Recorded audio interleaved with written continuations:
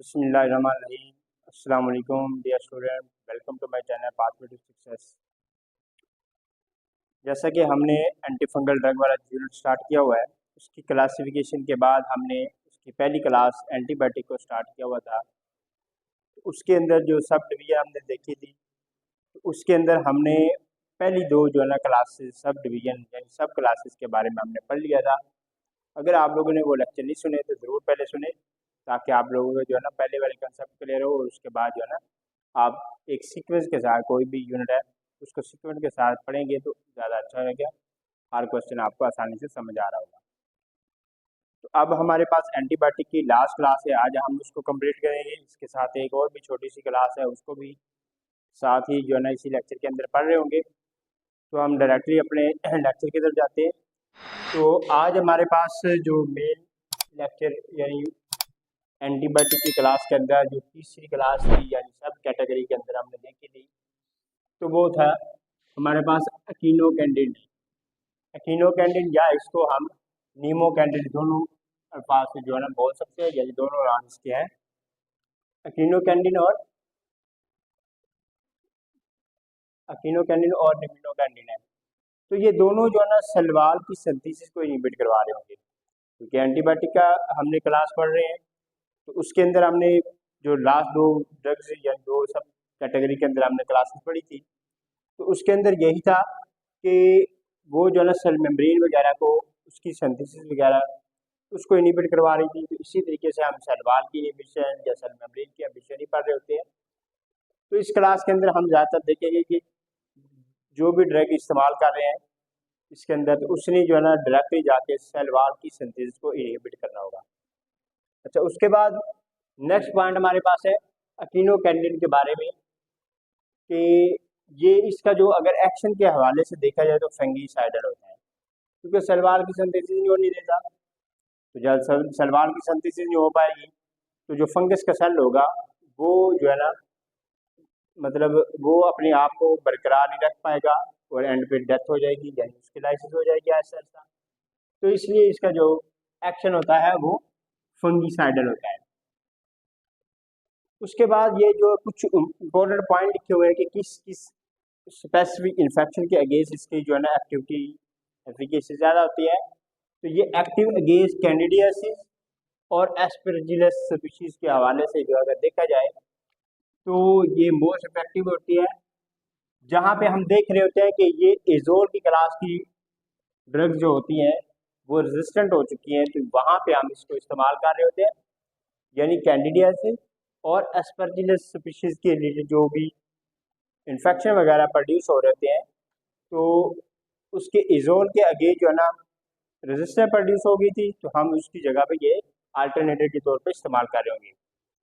तो इससे Aquino candid के अंदर कौन कौन सी जो है ना हमारे पास मेन ड्रग है, वो है कैप्सोफंगिन है, मिकाफंगिन है और एनिडुला फंगिन है। ये तीन इम्पोर्टेंट ड्रग्स हैं। तो इनमें से सबसे पहले हम कैप्सोफंगिन के बारे में पढ़ेंगे, क्योंकि इम्पोर्टेंट क्लास की इम्पोर्टेंट और प्रोटोटाइप ड्रग है, इसके बारे में पढ़ते हैं। एक first and prototype drug of this class. तो अब प्रोटोटाइप का क्या मतलब होता है, तो आप लोग जो है ना हमने पहली कई मरतबा इस लेक्चर को जो है ना पिछले लेक्चर के अंदर प्रोटोटाइप के बारे में बताया हुआ है। तो आप हमें कमेंट बॉक्स में इसके बारे में प्रोटोटाइप ड्रग के बारे में ज़रूर बताएंगे, कमेंट करके हमें पता चलेगा कि आपको हमारे लेक्चर का या प्रोटोटाइप ड्रग के बारे में पता है या नहीं है।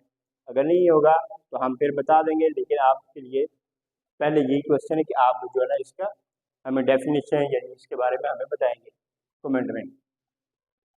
उसके बाद जो है ना हमारे पास इम्पोर्टेंट इसका मैकेनिज्म है, सबसे पहले देखना है हमने देखा कि इसने क्या करना है कि सलवार के अंदर यानी सलवार की सिंथेसिस को इनहिबिट करवाना है। तो ये स्टेप बाय स्टेप भी लिखा हुआ है हमारे पास, और स्केच की फॉर्म में हमने इसको ड्रा करने की कोशिश की है। तो हम दोनों फॉर्म में देखेंगे। तो सबसे पहले क्या है, inhibit the synthesis of beta 1,3 glucan. इसको इस कंपोनेंट को इसने जाके ब्लॉक करना है, इनहिबिट करवाना है। तो जब ये इनहिबिट हो जाएगा, अब इसका इस पे क्या फ़र्क पड़ने वाला है, क्योंकि हमने लिखा हुआ है कि यूनिक कंपोनेंट ऑफ सेलवाल, तो ये 1,3 बीटा 1,3 ग्लूकेन जो है ना सेलवाल की सिंथेसिस के लिए काइटिन प्रोड्यूस कर रहा होता है, और काइटिन ही सेलवाल का मेजर और इम्पोर्टेंट कंपोनेंट होता है। तो जब आपको पता है कि यही सिंथेसिस नहीं होगा तो आगे वाला प्रोसीजर ऑटोमेटिकली ब्लॉक हो जाएगा, तो इसलिए ये यूनिक कंपोनेंट है फॉर द सेलवाल सिंथेसिस। तो beta glucan is synthesized in the fungal plasma membrane से, ये जो है ना कॉम्प्लेक्स रिएक्शन के जरिए से कौन सा एंजाइम शामिल होता है इसके अंदर, बीटा ग्लूकेन सिंथेसेस एंजाइम जो होता है ये इसके अंदर इन्वॉल्व होता है, इसकी सिंथेसिस करवा रहा होता है।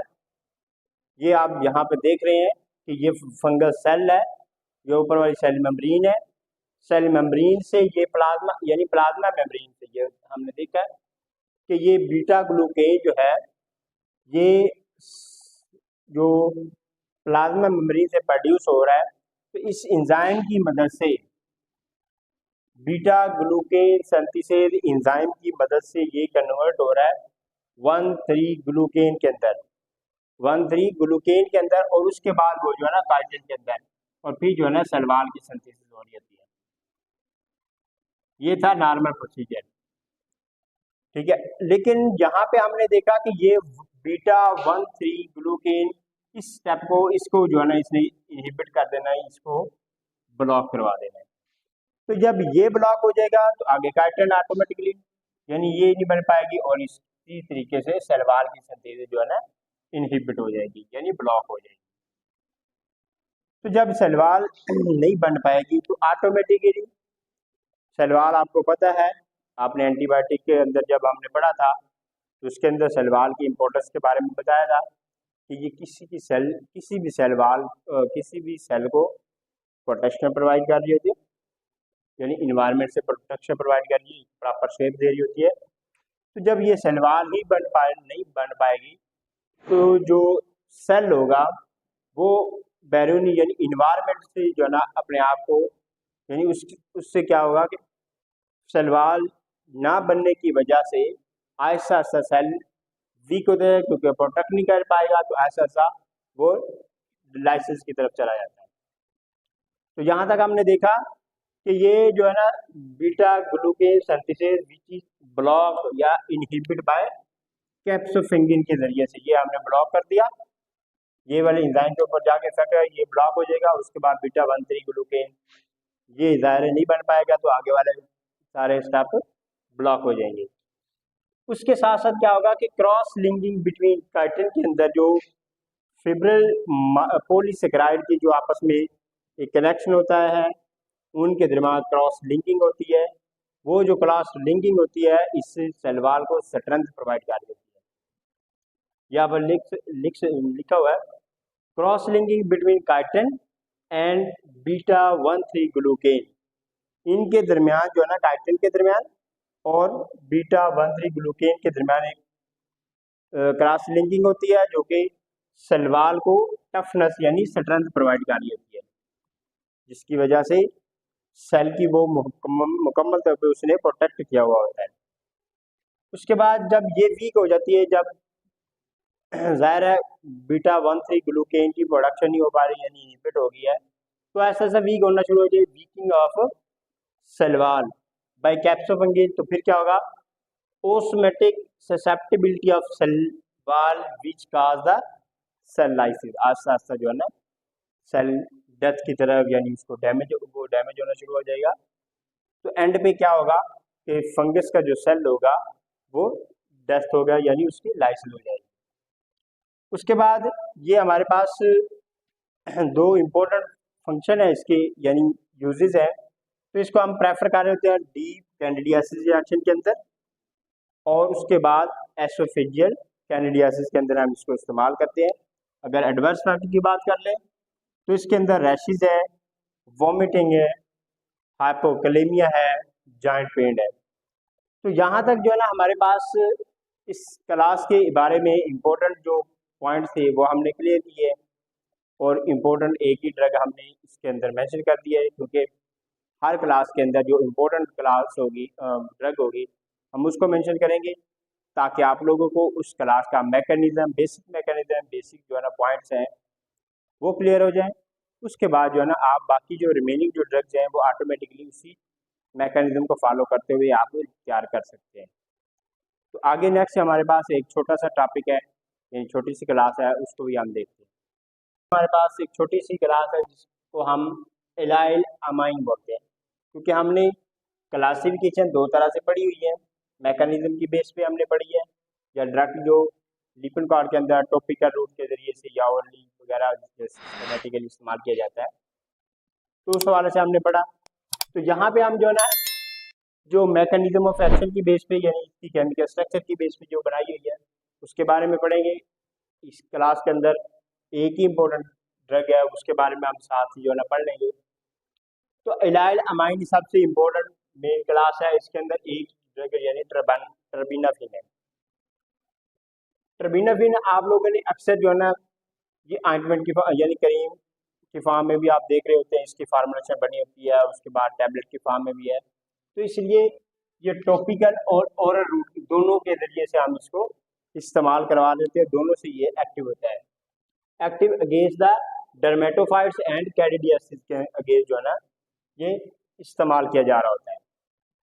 उसके बाद है हमारे पास इसकी अगर एक्टिविटी के हवाले से, इसके एक्शन के हवाले से बात करें तो ये फंगीसाइडल है।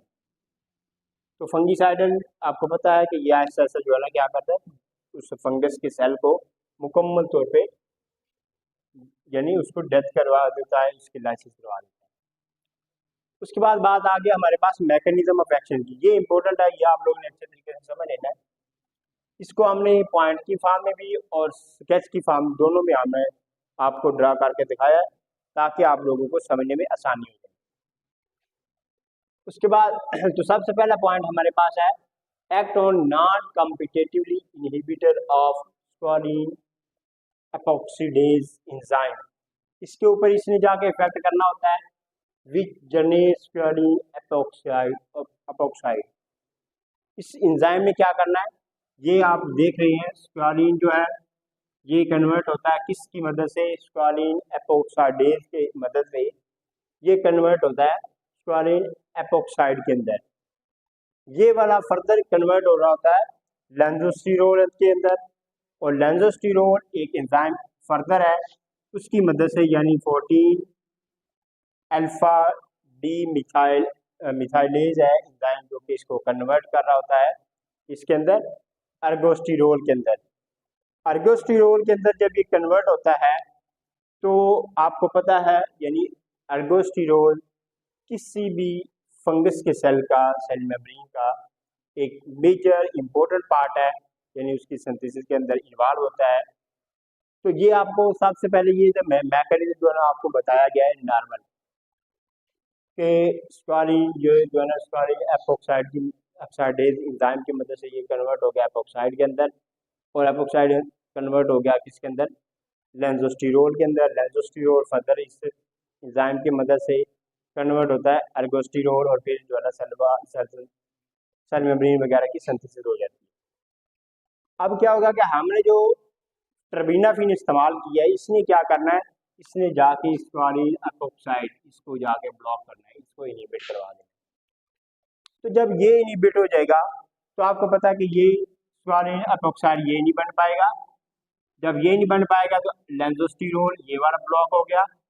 उसके बाद यानी ओवरऑल ये सारे के सारे प्रोसीजर आप देखेंगे कि ये ब्लॉक हो जाएंगे। तो जब ये ब्लॉक हो गया तो इसका मतलब ये हुआ तो जो सेल मेम्ब्रेन की सिंथेसिस वो जो है ना ब्लॉक हो गई है।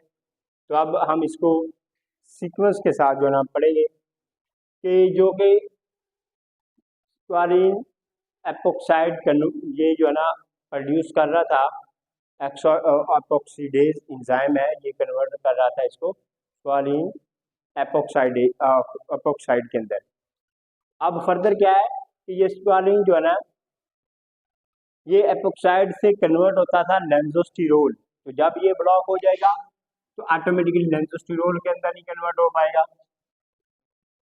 ठीक है। तो लेंजोस्टिरोल आगे अर्गोस्टिरोल के अंदर कन्वर्ट हो रहा था, तो ये ऑटोमेटिकली ये भी स्टेप ब्लॉक हो गया। उसके बाद हमारे पास ये है कि जब ये यहाँ से हमने ब्लॉक कर दिया तो इसकी प्रोडक्शन मुसलसल हो रही है ना, तो आस्ता आस्ता क्या होगा, स्क्वालिन का लेवल जो है ना फंगस के सेल के अंदर लेवल बढ़ना शुरू हो जाएगा। यही accumulation of squalene appear in the fungus cell. Cell के अंदर जो है ना ये इसकी कंसंट्रेशन लेवल इंक्रीज होना शुरू हो जाएगा, जो कि लेवल जब इंक्रीज होगा तो फिर क्या होगा, this is the responsible for fungicidal action. वो ही जो है ना स्क्वालिन ही जो फंगस का सेल है इसको जो है ना क्या करेगा, लाइसिस कर देगा, उसको ब्रेक डाउन कर देगा, और इसी तरीके से फंगस का जो है मुकम्मल तौर पर सेल डेथ हो जाती है। तो ये यहाँ तक आप लोगों ने जो है ना इसका मैकेनिज्म ऑफ एक्शन देख लिया। उसके बाद हमारे पास इसके चंद यूजेस हैं, आप देख रहे हैं। तो ओरल रूट के जरिए से जब हम दे रहे होते हैं तो ये 250 mg OD जो है ना हम इसको डोज दे रहे होते हैं।